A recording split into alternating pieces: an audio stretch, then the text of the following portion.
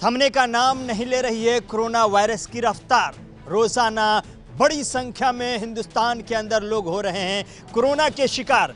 लेकिन आज पिछले 24 घंटे की जब रिपोर्ट आई तब सारे रिकॉर्ड ध्वस्त हो गए, क्योंकि पिछले 24 घंटे में हिंदुस्तान के अंदर 10,000 नहीं, 20,000 नहीं, 50,000 नहीं, बल्कि 1,03,500 से अधिक कोरोना के शिकार हुए हैं हिंदुस्तानी। ऐसे में अपने आप में अब तक का सबसे बड़ा रिकॉर्ड है, क्योंकि 17 सितंबर को याद हुआ कि सबसे ज़्यादा केस दर्ज किए गए थे, यानी 97-98,000। लेकिन आज जब 24 घंटे की रिपोर्ट आई तो बताया गया कि 1,03,500 से ज़्यादा कोरोना के शिकार हुए हैं और 478 की मौत हो गई है। ऐसे में देश के कई राज्यों में बड़े बड़े फैसले लिए जा रहे हैं। महाराष्ट्र में मिनी लॉकडाउन का ऐलान किया गया है, जिसकी वजह से शेयर मार्केट ध्वस्त होता हुआ दिखाई दे रहा है।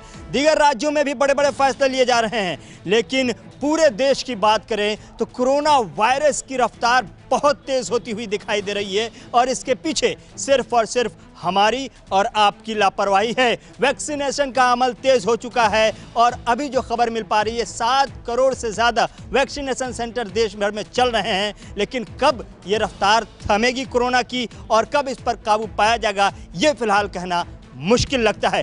कैमरामैन बलदेव नेगी के साथ रहमत कलीम, जिगर 24/7।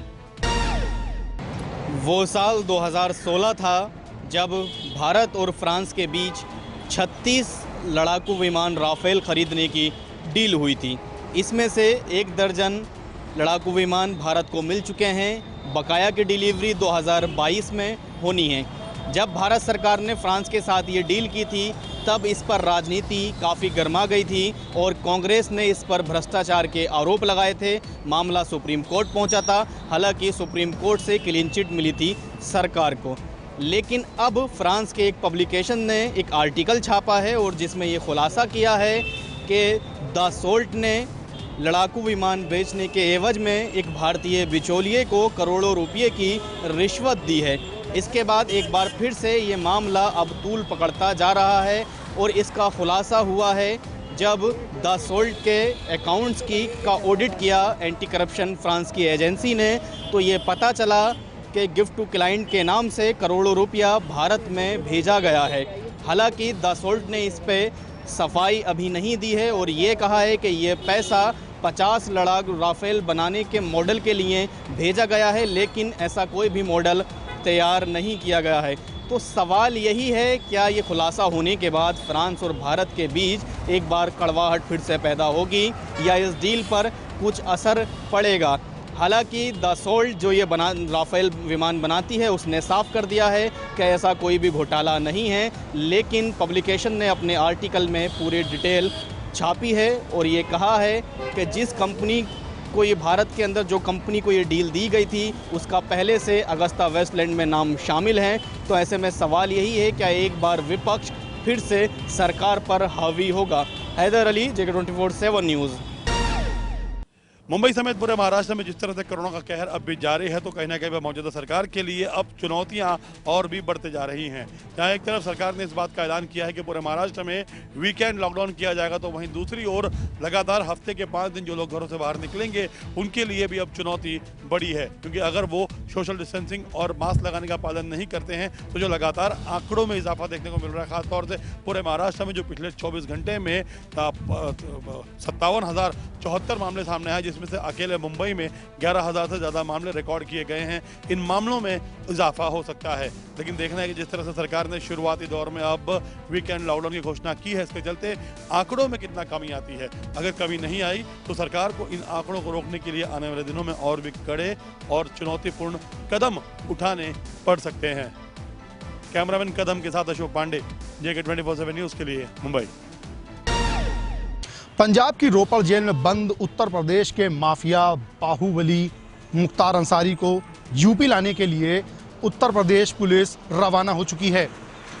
बांदा से रवाना हुई पुलिस फोर्स में 100 पुलिसकर्मियों का एक दस्ता तैयार किया गया है, जिसमें 2 डिप्टी SP के अधिकारियों को जिम्मेदारी दी गई है कि मुख्तार अंसारी को यूपी सही सलामत वापस लाया जाए, जिसका पूरा रूट मैप तैयार कर लिया गया है। आपको बता दें कि मुख्तार अंसारी को पंजाब के रोपड़ से लाने के लिए एक एम्बुलेंस रखी गई है, साथ में एक कैदी वाहन गाड़ी रखी गई है, साथ में एक वज्र रखा गया है, साथ में एक प्लटून पीएसी भी रखी गई है। अतिरिक्त में 100 पुलिसकर्मी भी तैनात किए गए हैं जो कि पंजाब के रोपड़ से मुख्तार अंसारी को उत्तर प्रदेश लाएंगे। कैमरा पर्सन रोहित के साथ अक्षत दत्त जोशी, JK 24/7 लखनऊ। उत्तर प्रदेश में 45 वर्ष से ऊपर के लिए 1 अप्रैल से लोगों को वैक्सीन लगाई जा रही है। जहां एक तरफ बड़े अधिकारियों यानी कि अपर मुख्य सचिव सूचना, प्रमुख सचिव दीपक कुमार सहित तमाम बड़े अधिकारियों ने कोरोना की वैक्सीन लगवाई है, वहीं दूसरी तरफ आज सुबह मुख्यमंत्री योगी आदित्यनाथ ने भी सिविल अस्पताल में पहुंचकर कोरोना का पहला टीका यानी कि पहली डोज लगवाई है। साफ है, पूरी तरह से सेफ है ये वैक्सीन, इसका पूरा संदेश दिया है ताकि लोग घरों से निकलें और वैक्सीनेशन सेंटर तक जाएं और अपनी बारी आने पर डोज लगवाएं। कैमरा पर्सन रोहित के साथ में Ankush Jaiswal, JK news Lucknow. Delhi metro में कोचों की संख्या अब 6 से बढ़कर 8 हो जाएगी। ऐसे में कहीं ना कहीं दिल्ली वासियों के लिए ये अच्छी खबर है, क्योंकि ऐसे में दिल्ली मेट्रो की जो सुविधा है वो बढ़ती जा रही है। आपने देखा होगा कि दिल्ली में लगातार कोच कम होने की संख्या से मेट्रो में भारी भीड़ लगा करती थी। अब भीड़ की समस्या को देखते हुए DMRC ने फैसला लिया है कि अब सभी ट्रेनों में 2 कोचों की संख्या को और भी बढ़ा दिया जाएगा। लेकिन हाल फिलहाल में इसमें पहली तैयारी के रूप में दिल्ली से नोएडा इलेक्ट्रिक मेट्रो, वैशाली और तमाम जो ब्लू लाइन, पिंक लाइन और येलो लाइन की जो मेट्रो हैं उन पर यह सुविधा बढ़ाने की तैयारी दिल्ली मेट्रो ने शुरू कर दी है। वहीं दूसरी तरफ DMRC ने यह भी कहा है कि अगले साल तक तमाम जो मेट्रो हैं दिल्ली की पूरी मेट्रो में कोचों की संख्या को बढ़ा दिया जाएगा, जिससे यात्रियों की सहूलियत को बढ़ाने के लिए ये एक सकारात्मक कदम देखा जा रहा है। ऐसे में लगातार 2 कोच बढ़ने से दिल्ली की सुविधाएं भी बढ़ेंगी और साफ तौर पर दिल्ली मेट्रो लोगों के लिए सुविधापरक भी होगा। सहयोगी राहुल के साथ Keshav Mishra, JK 24/7 news Delhi. Corona बहुत तेजी से अपने पैर देश में एक बार फिर से फैलाने लगा है। बीते 24 घंटे की बात करें तो लगभग पूरे देश में 1.3 लाख मामले सामने आए हैं और इससे कहीं ना कहीं बॉलीवुड भी अछूता नहीं रहा है। बॉलीवुड अभिनेता अक्षय कुमार की बात करें तो बॉलीवुड अभिनेता अक्षय कुमार ने रविवार को अपने इंस्टाग्राम पर एक पोस्ट साझा की थी, जिसमें उन्होंने खुद बताया था कि वह कोरोना पॉजिटिव पाए गए हैं, जिसके बाद उन्होंने अपने आप को होम क्वारंटाइन भी कर लिया है। लेकिन आज सोमवार को उन्होंने एक इंस्टाग्राम पे फिर से पोस्ट लिखी और उस पोस्ट में उन्होंने बताया है कि एहतियात बरतने के लिए उन्होंने अपने आप को अस्पताल में भर्ती करा लिया है। इसके बाद अगर हम बात करें बॉलीवुड अभिनेता एजाज खान की, तो जिनको पिछले हफ्ते NCB ने ड्रग मामले में गिरफ्तार किया था, वह भी कोरोना पॉजिटिव पाए गए हैं और उनको भी अस्पताल में भर्ती करा लिया गया है। इसके साथ ही जो तमाम ऑफिसर्स उनके साथ संपर्क में आए थे उनका भी कोरोना टेस्ट कराया जा रहा है। JK 24/7 न्यूज़ के लिए दिल्ली से उज्जवल कुमार की रिपोर्ट।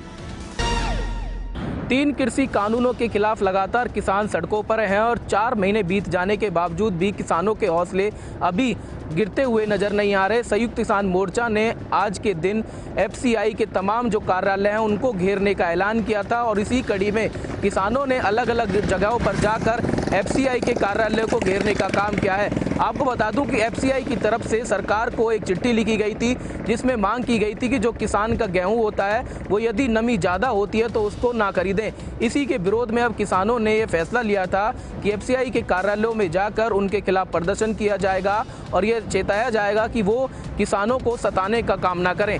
तो वहीं अब देखना होगा कि आगे के किस तरह से किसान जो लगातार मांग कर रहे हैं कृषि कानूनों के खिलाफ और आज जो FCI के खिलाफ किसानों का अलग अलग प्रदर्शन है वो कितना कारगर सिद्ध होता है और सरकार इस पूरे मसले पर क्या कुछ आगे की प्रतिक्रिया देती है। सहयोगी राकेश के साथ संदीप गोयल, JK 24/7 न्यूज़, फरीदाबाद। दुनिया भर में कोरोना संक्रमण के मामले लगातार बढ़ते हुए नजर आ रहे हैं और अब इसको लेकर ब्रिटेन के प्रधानमंत्री बोरिस जॉनसन ने कहा है कि जहां एक तरफ कोरोना संक्रमण के बढ़ते हुए मामले ब्रिटेन में एक बार चिंता का विषय बन रहे हैं, तो वहीं दूसरी तरफ ब्रिटेन के प्रधानमंत्री इस बात को बखूबी समझते हैं कि ब्रिटेन की अर्थव्यवस्था को भी सुचारू रूप से पटरी पर लाना उनकी जिम्मेदारी है। और इसी को लेकर ब्रिटिश प्रधानमंत्री बोरिस जॉनसन ने कई नए ऐलान किए हैं। इन ऐलानों के अंतर्गत ब्रिटेन में यात्रा को लेकर पासपोर्ट सुविधाओं को, सेवाओं को शुरू करना, इसके साथ ही साथ विश्व के तमाम देशों को ग्रीन, येलो और रेड जोन में बांटकर संक्रमण के मामलों के हिसाब से उन देशों के साथ संबंध आगे बढ़ाना व्यापारिक तौर पर, और ब्रिटेन के तमाम अर्थव्यवस्था से जुड़े बड़े बड़े कारखानों से लेकर तमाम बड़े शॉपिंग मॉल से लेकर वो सभी चीज़ें जो अर्थव्यवस्था के लिए महत्वपूर्ण है, उनको एक सुचारू रूप से खोलते हुए देश को आगे बढ़ाने के लिए उन्होंने जोर दिया है। गौरतलब है कि ब्रिटेन इस समय कोरोना महामारी के साथ साथ अर्थव्यवस्था पर मार की भी चपेट झेल रहा है और इसीलिए बढ़ते हुए संक्रमण के मामलों के बीच ब्रिटिश प्रधानमंत्री बोरिस जॉनसन इस बात को लेकर पूर्ण रूप से सजग नजर आ रहे हैं कि संक्रमण के मामलों को रोकने के साथ साथ ब्रिटेन की अर्थव्यवस्था को भी पटरी पर लाना समय की मांग है। वीडियो जर्नलिस्ट बलदेव नेगी के साथ चंदन भारद्वाज, JK 24/7 न्यूज के लिए। क्रिकेट की दुनिया में धार्मिक भावनाओं की कदर हमेशा से होती आ रही है और मुस्लिम जो क्रिकेटर्स हैं वो अपने धर्म को लेकर काफ़ी गंभीर भी नजर आते हैं। और इस अगर फहरिस्त का जिक्र करें, इसमें सबसे पहला नाम मोइन अली का आएगा, क्योंकि मोइन अली लगातार हमने देखा है अपने देश के लिए खेल रहे हों या फिर IPL में एक टीम के लिए खेल रहे हों, वो धार्मिक स्थिति को लेकर, धार्मिक भावनाओं को लेकर सबसे अहम कदम उठाते रहे। और अब ऐसा देखने को मिला है कि मोइन अली ने दरअसल चेन्नई सुपर किंग्स के लिए वो खेलते हैं और चेन्नई सुपर किंग्स की टी-शर्ट में तमाम लोगो हैं स्पॉन्सर्स के, उनमें से एक लोगो शराब कंपनी का भी था, जिस पर मोइन अली ने कहा है फ्रेंचाइजी से, अपनी टीम मैनेजमेंट से कि इस लोगो को हटा दिया जाए और बाकायदा उनका सम्मान किया गया और चेन्नई सुपर किंग्स ने उस लोगो को टी-शर्ट से हटा भी दिया गया है। तो ये अपने आप में ही दर्शा रहा है कि मोइन अली अपने धर्म को लेकर कितने संजीदा हैं, साथ ही साथ टीम मैनेजमेंट भी अपने टीम मेंबर्स को लेकर कितनी संजीदा, कितनी गंभीर नजर आती है कि अगर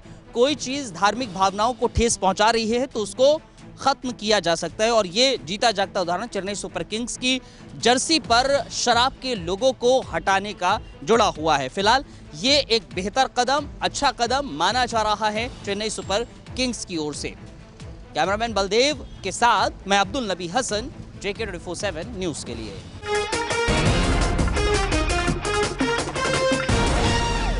खबरों से अपडेट रहने के लिए JK 24/7 न्यूज के YouTube चैनल को आज ही सब्सक्राइब करें और Facebook पेज भी फॉलो करें।